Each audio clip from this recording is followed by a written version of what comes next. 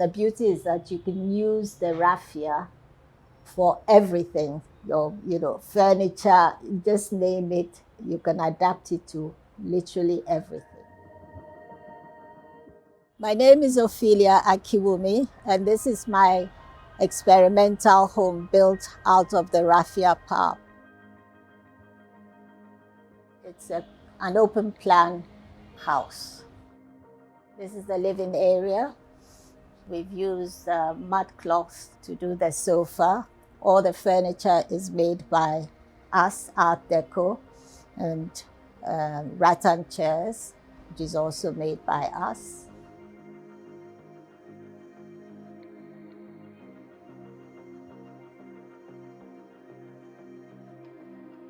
My name is Ophelia Akiwumi. I think I was born to be very creative. I've always been from childhood creative, cooking, baking, shifting things around in the house, which usually used to annoy my parents because they thought I was also very precocious. I went to a nursery school here till to the age of, and after a while, I think at the age of between 7 and 8, I was sent to school in Nigeria, in Lagos, which I didn't like because it was completely alien to me. But, one had to do what we were told to do.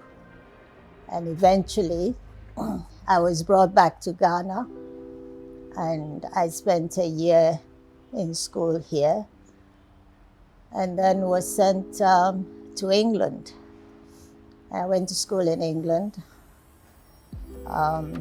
did my O-levels, and decided to do fashion designing.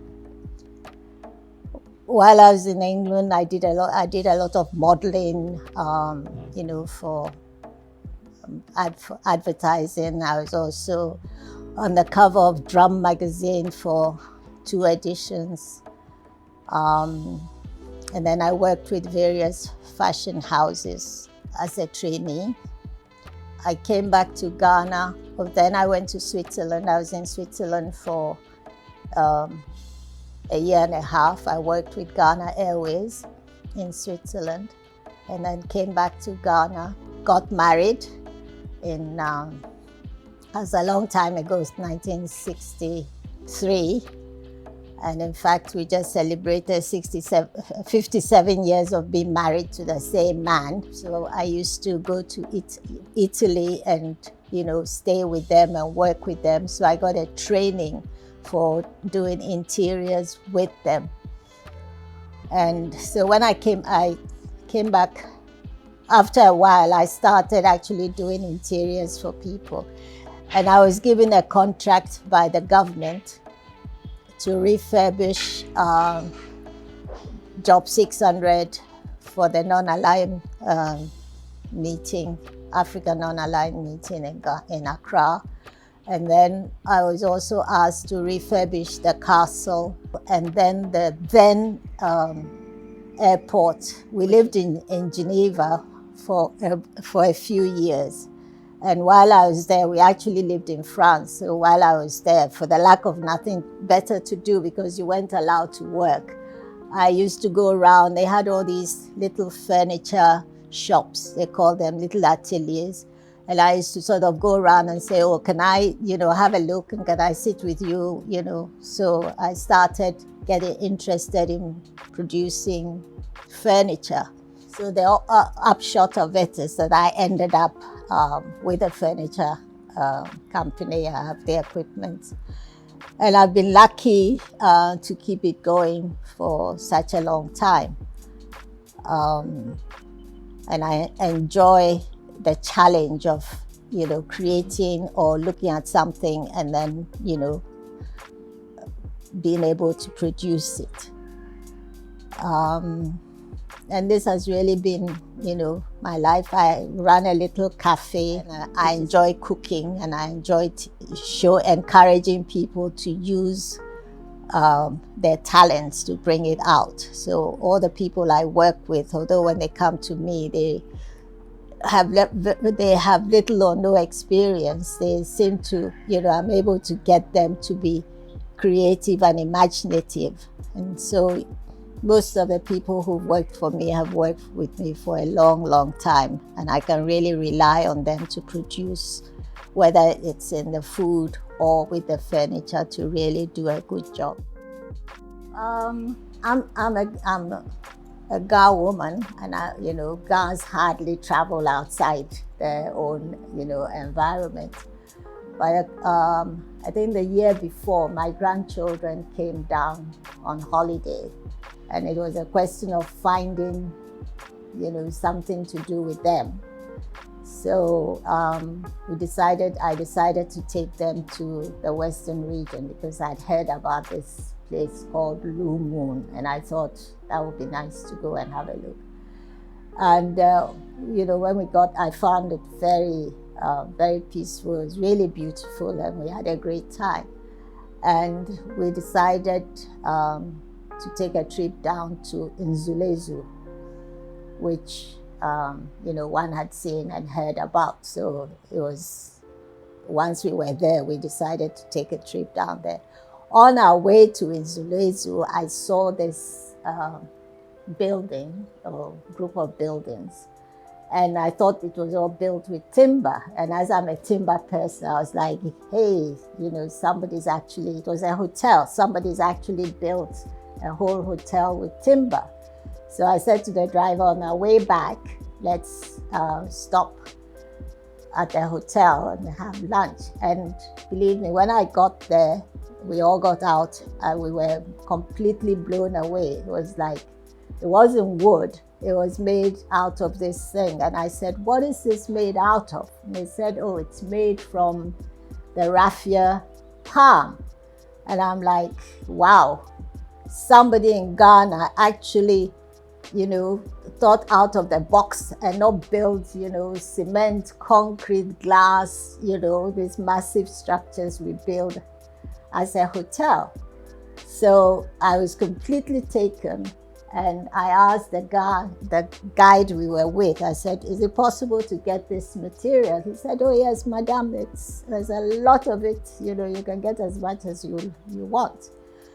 So when I came back, I thought about it. I'm saying, why can't we build like this? It's cheap. Young people can have their homes built. You don't have to look for a fortune to have somewhere to, to start life with. All these apartments and things cost so much, and you don't even have to live with your parents, and it can be built in a short space of time. But then I'm, keep talking to people, and nobody seemed to, everybody thinks I'm a little crazy, and that, they couldn't see it.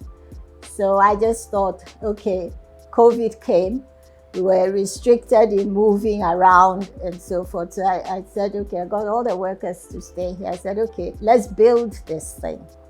So we started, and I don't do things I don't plan things. They just come, and I just do it. And fortunately, I have an excellent foreman who, the minute I come up with something crazy, he really knows, he goes ahead and he knows what to do. So this was how come I built this, because I want people to see the possibilities, because you can build schools, you can build anything, and the materials are available in the village. So you get the materials, you provide employment for the villagers, you build a house, school, clinic, whatever. It costs you a quarter of what it will cost you. The time frame to build it is very short. So as far as I was concerned, it was a win-win situation. And now the thing is to get people to accept the fact that you can build with local material. You can, you think of the ecology, you think of providing employment for people in the village so that there's a chain reaction, it's always going. And this is why, I put this up for people to see. Depending on what you want to put in, you're looking at a basic rate for like a 2-bedroom house, which is what this is. You're looking around, let's say, $45,000. I don't know the equivalent in cedis. If you work out the equivalent in cedis, you would. But it just depends how you want it finished, and what you want to put in and how the finishing is. But to put the structure and do the basic, because we'll put in a kitchen, without the equipment in the kitchen, we'll build you the kitchen cabinets, we'll build you shower, toilet, everything. So the rest is really up to you. And we are now going to do one for somebody, which is also a 2-bedroom compact house on a very small plot of land. So we are trying to be extremely creative to create a nice ambience for the person. The beauty is that you can use the raffia for everything. Furniture, just name it, you can adapt it to literally everything. Why do I enjoy living in Ghana? It's my home. It's not perfect, but it's better. It's better than most places. And I would rather live here where I know I am who I am than go and live somewhere else where somebody looks down on me and think I'm a piece of trash. And you lead a good life in Ghana. You can't live the way we live here with as little as we earn in anywhere else. So why would I want to leave all this to go and struggle in somebody else's country?